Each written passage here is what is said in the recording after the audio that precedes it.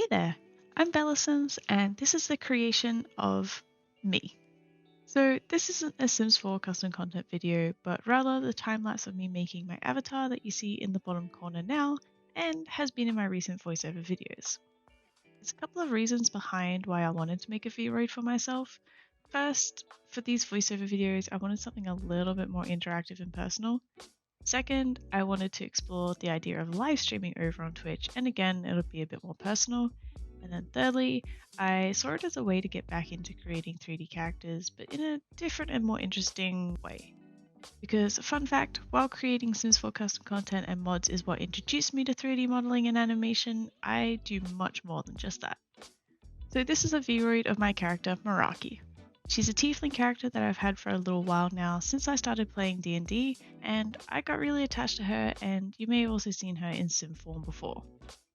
The first time I messed around in Vroid Studio, I just made something simple as a way to just dive in and explore the program, and get a little bit familiar with it.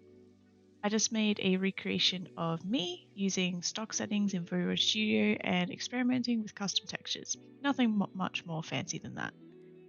But after putting that character into VC Face and have it track my movements and speech, I was so giddy. I couldn't wait to try it out again and challenge myself and go a bit outside of my comfort zone. Now that I was somewhat familiar with Vroid Studio, I wanted to start there but then expand and create some custom clothing and accessories and hair. So this is an almost start to finish process. I start off in Vroid Studio to get the basic features down, like the structure of the facial features, the texturing, the skin color, and all of that fun stuff. Once I have a good base to work from, I exported it to Blender to work on all of my custom additions. I'm going to go ahead and finish up the rest of the texturing details for all of my facial features, and I'll meet you back when I'm done.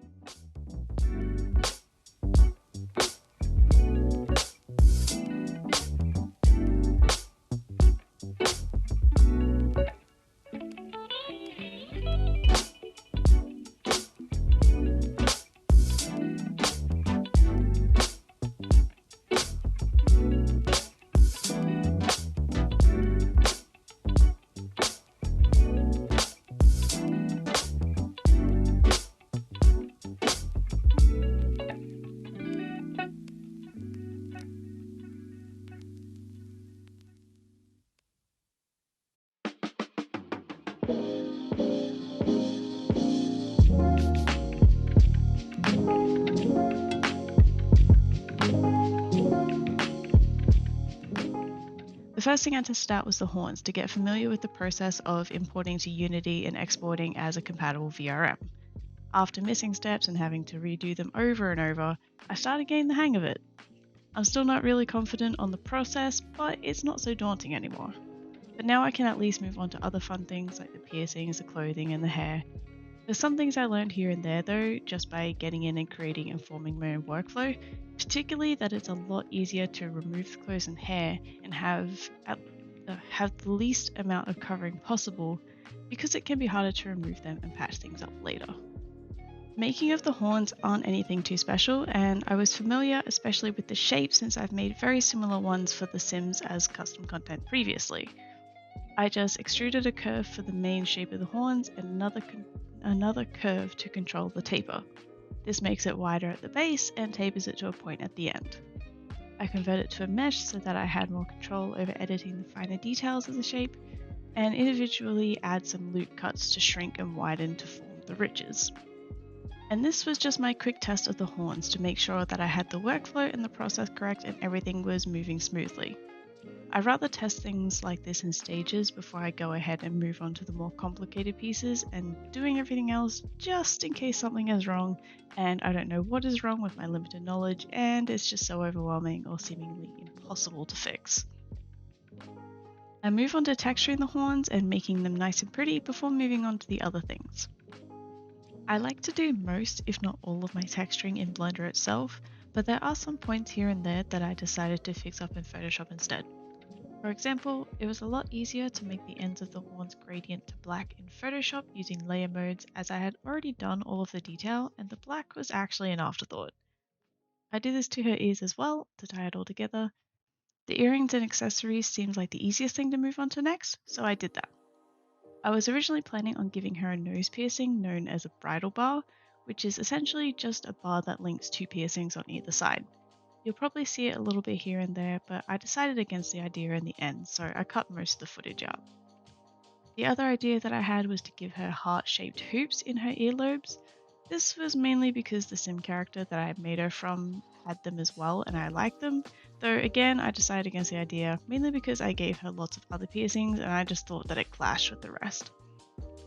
In the end, she has simple hoops in her lobes, then studs, which on one side connects to a cuff by a chain to the top of the ear, and on the other side is a standalone cuff and an industrial piercing. I didn't go in with a plan exactly, I just made shapes as I went for what I thought would look cool. Knowing what I do now, next time I would make the piercings and anything that's actually metal have a metallic shader to them rather than just the standard VRM shader, because you can do that. Moving on, the outfit I was super excited to work on. I found an image on Pinterest and immediately fell in love and knew that it was going to be perfect for her. I started with the skirt mainly because again, it seemed the easiest. I do tend to leave the more complicated things until last. Not sure why, probably because I'm a chronic procrastinator, but that's just what I do. So it's a simple skirt with some loose pleats, but the complicated part was to cut out rings around the waist. Ended up being easy enough by deleting some faces, adding some extra geometry detail to work with, and shaping them into circles. I really like the final look of them, though again, these will look really cool with some metallic shine to them. I also went ahead and modeled a zipper pull for some added dimension. When creating, I do tend to think in a realistic way, and it helps that I've sewn clothing pieces before as well. There's certain areas that you can take shortcuts in, but sometimes adding in a little extra detail makes it seem more natural, like stitching or seams or buckle loops or zippers, stuff like that, folds where clothes would naturally fold, etc. You'll notice as well that I'm going through and modeling everything first before moving on to the next stages. The horns were just an exception to test my methods. This makes it easier when unwrapping everything ready for texturing so that I know how much space I need on the UV map as I'm going to consolidate it all into one texture. Well, all of my additional accessories anyway. One of my goals for future models will be to consolidate it even further so that there's only a limited number of texture maps rather than the 14 or so that this model has. But that's also just how Vroid Studio works. It assigns one individual texture to each section, like the face, the body, the eyebrows, the eyeline, the eyelashes, the iris, pupil, highlights, etc. They're all individual images. So now onto the top. I'm not sure how best to explain it. I guess it's a fitted crop top that has those straps and buckles across the front.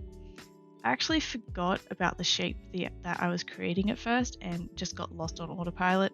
I started modeling just a plain crop top before realizing and going back in to edit the shape. On the actual skin layer, I created the second layer of clothing, which consists of a bra with straps that crisscross over the front to underneath the skirt. There's also a fishnet pattern showing through the cutouts in the shirt, which I had a lot of fun painting all the details for. I didn't make these as new meshes because I wanted to minimize the amount of clipping that could occur with so many moving parts, and these details were minimal enough anyways that it didn't matter being on the same layer as the skin.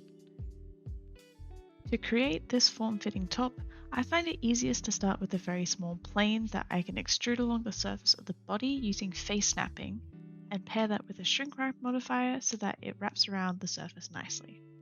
And honestly, I use this technique a lot, and almost always for creating clothes. The skirt was an exception though, because the shape didn't make sense to do it this way, but I'll use this method to trace out and fill in the geometry for the top. The eyelets I'm just going to create in the texture itself rather than in the mesh because they are such a small detail by the time you zoom out. I will however go ahead and create a simple buckle that I can duplicate for each strap and weave the mesh under and over like how you would expect a buckle to work. This is one of those instances where I say you can get away with some details not following life exactly. Having the buckle straps as two separate pieces with one side that sticks out and the other that is attached to the middle bar of the buckle, I feel like again it would be too small of a detail to make much of a difference and would make the design look muddy and cluttered, or it would just get lost entirely. After that though, I'm pretty much just onto the unwrapping and piecing everything together on a 2D image so that way I can texture it. I've done a lot of talking now and I have a little while before I know I have something to talk about again, so I'll leave you with the music and I'll come back in a little bit.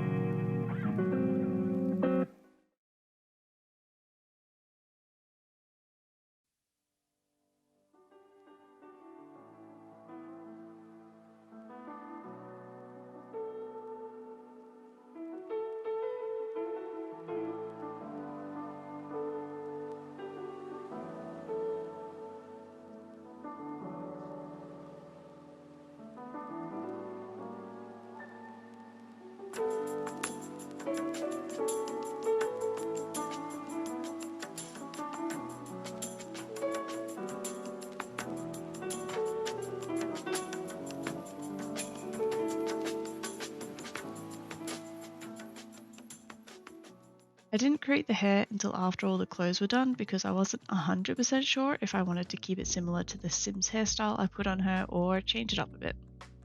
I ended up keeping it close to what I already had and changing it up just a tiny bit. The main features are her shaved sides and undercut, with the rest kept long and wavy, which is pulled into a high ponytail. She's got a couple of strands that flow out from the front near her horns as well. I also wasn't too sure what method I would go about creating it.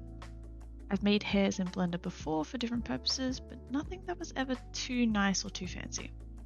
I feel like Vroid Studio and 3D VTuber models in general all have the same kind of hairstyle, so I figured that would be the best way to go about it, even though I knew nothing about how it worked. If I'm using Vroid Studio though, I'm stepping out of my comfort zone because I really want to make my hair from scratch rather than piece together pre-mades or even modify the pre-mades as a base. If you ever decide to do this as well, I would advise doing the hair before exporting the model to Blender in the beginning. I didn't, mainly because I wanted to make the hair fit around the horns and not look pasted on or like there was no consideration for how they work together. Again, that kind of goes back to the realistic or logical way of thinking. Regardless, because I didn't know the full process, I didn't know that I couldn't just put my model from Blender back into Vroid Studio and then work the hair around it. I had to do it separately. And this was the first time I was even creating hair in Vroid Studio, so there was a bit of fiddling to work everything out. And then when I had the base done as best I could, I put it onto my model in Blender and modified it from there. Mainly just so that the hair sat nice around the horns and looked more natural. I'm sure if I spent more time practicing in Vroid Studio, I could make the hair how I want it, and maybe it will end up being easier with practice, but for now I'm most comfortable with Blender and I had to put it in Blender anyway, so I just did a good enough job for the base to adjust it and perfect it later. So I didn't show any of the rigging for this. Maybe in the future I will, but like I said, this was my first time creating a model for a Vroid and I was fumbling my way through the entire process. But I'm pretty confident with it now. Because I didn't understand the process, it was a lot of back and forth. Like, you do one thing and take it all the way through Unity and then realize you forgot something and you have to go back to the start and then go through all the steps again and then forget another thing or change your mind about something. And this itself, it made me understand the process more and more just through the repetition. And now at the time of recording this, I'm actually in the middle of making my third VTuber model. After each one that I've made, I take notes on things to remember, but also things that I either want to improve on or techniques to learn or experiment with and challenge myself for next time. By doing this, I've learned a lot. For example, the notes that I wrote down after making this character focused a lot on what steps I need to take, as well as revisions on how to make those steps more effective for my workflow. Like doing as much as possible in Vroid Studio before exporting, making my custom things in Blender like clothes and accessories, doing the rigging and weights, and checking my blend shapes. Then importing to Unity, fixing up the materials, checking the rigging, creating blend shapes, and then creating spring bones and colliders. Then I also have notes titled Things to Fix for Next Time, which include fixing the lighting, experimenting with custom blend shapes and expressions, merging my textures and UVs so that I can consolidate everything into as few materials as possible. A lot of that I don't mention in this video. I decided a while ago that I don't make tutorials anymore and there's a few reasons behind it.